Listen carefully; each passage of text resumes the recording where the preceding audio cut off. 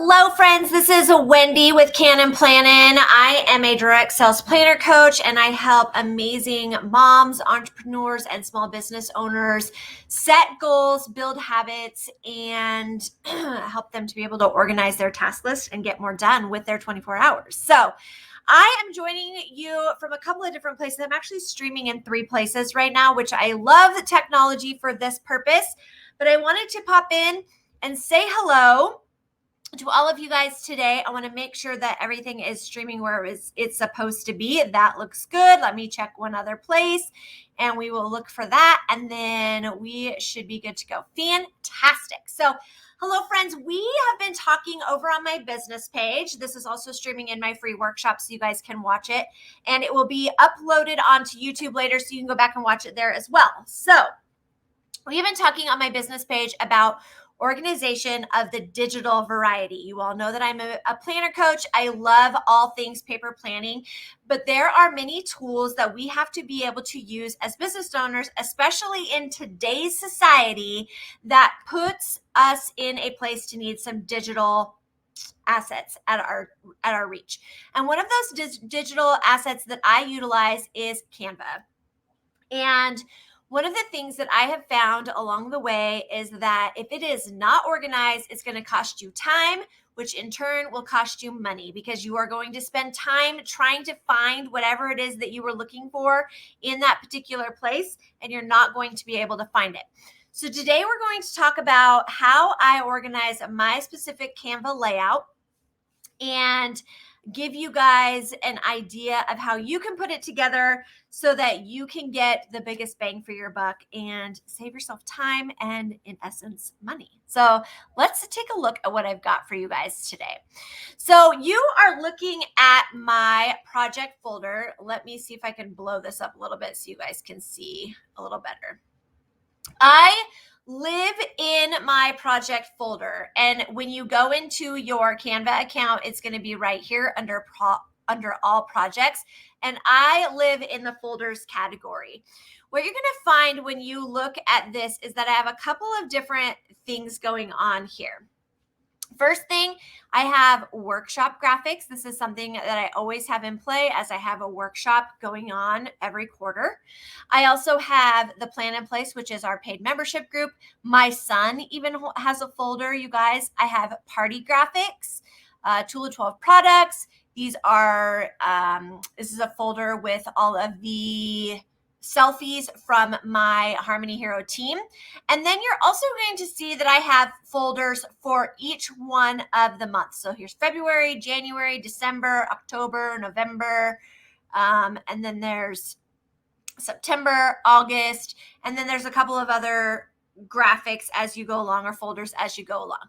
But what I want to do is share with you guys a quick tip for how you can implement starting right now today in your Canva folder to get yourself a little more organized. So we're going to go to my February planning folder, and in here you're going to see that I have 3 folders. I have been using this style of planning now for 3 years, this organization for 3 years, starting with February 2022, February 2023, and now we're into February 2024. And I want to share with you guys just a sneak peek of what it's like for me to plan content for all of my multiple channels and get it all organized and be able to find exactly what I'm looking for. So we're going to click into my February 2024 folder. You're going to see a couple of things. I have a Cannin Plannin, that's my VIP group. I have StreamYard covers or YouTube covers. I have a business page. I have a hostess packet. I have the cop kits that just came out. I have headers. I have different slideshows that I'm putting together. I have a graphic of the join specials for my team, headers, my media kit, all of these things. And then if you keep going down within this folder, you're going to see all of the images that I've uploaded for all of the month of February 2024. And why is it important that I have them under February and not under my uploads? Because if I'm looking for something specific and I know a product was released in February 2024, I can go right to that folder, find a picture of it, and have access to it. This is actually doubled up. The other place where I have pictures of all of the products that were released is in a folder on my desktop. And I shared that with you guys last week when we were talking about desktop organization.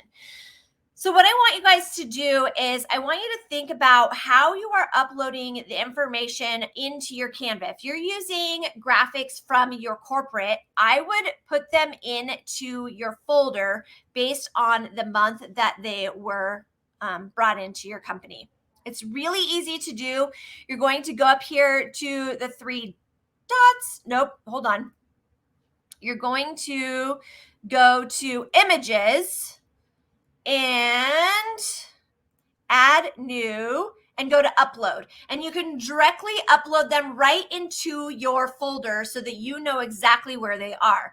If I were to go back to my February 2023 planning and looked at my images, I could tell you what was brought back in February 2023.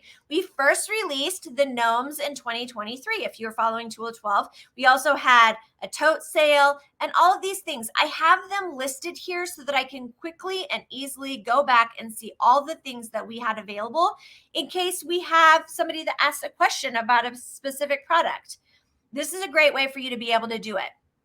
The second thing that I want to share with you is actually inside one of the folders. Now, there are many things that you can do over the course of time in getting this organized. I'm just showing you some really quick tips today. So inside of, this is my Cannin Plannin folder. Oh, hold on. I got to switch to that screen. There we go. This is inside my Cannin Plannin folder, which is my VIP group folder. Not only do I keep the graphics in here, but I also keep all of the verbiage from all of the posts that I make, whether it is a poll, maybe it's a, down here I have some color blocking. So let me go to the color blocking, color block. Come on. Okay, I don't have a color block in this particular one.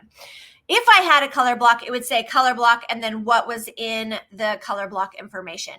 Because here is what I have found, especially with saving time and money with doing some organization on the back end. You're going to be talking about some of the same things next year. Next year will be Valentine's Day again next year. And the year after that, there will be Valentine's Day in February again. And the year after that, there will probably be February Valentine's Day again. So when you get down to start talking about these things that have to do with, your February, all of these things, let's see if I can get down to some of those things. Okay, here's your February stuff, right? So this is February stuff that I did last year. And here is information that I have posted. I did some stuff about about the Super Bowl.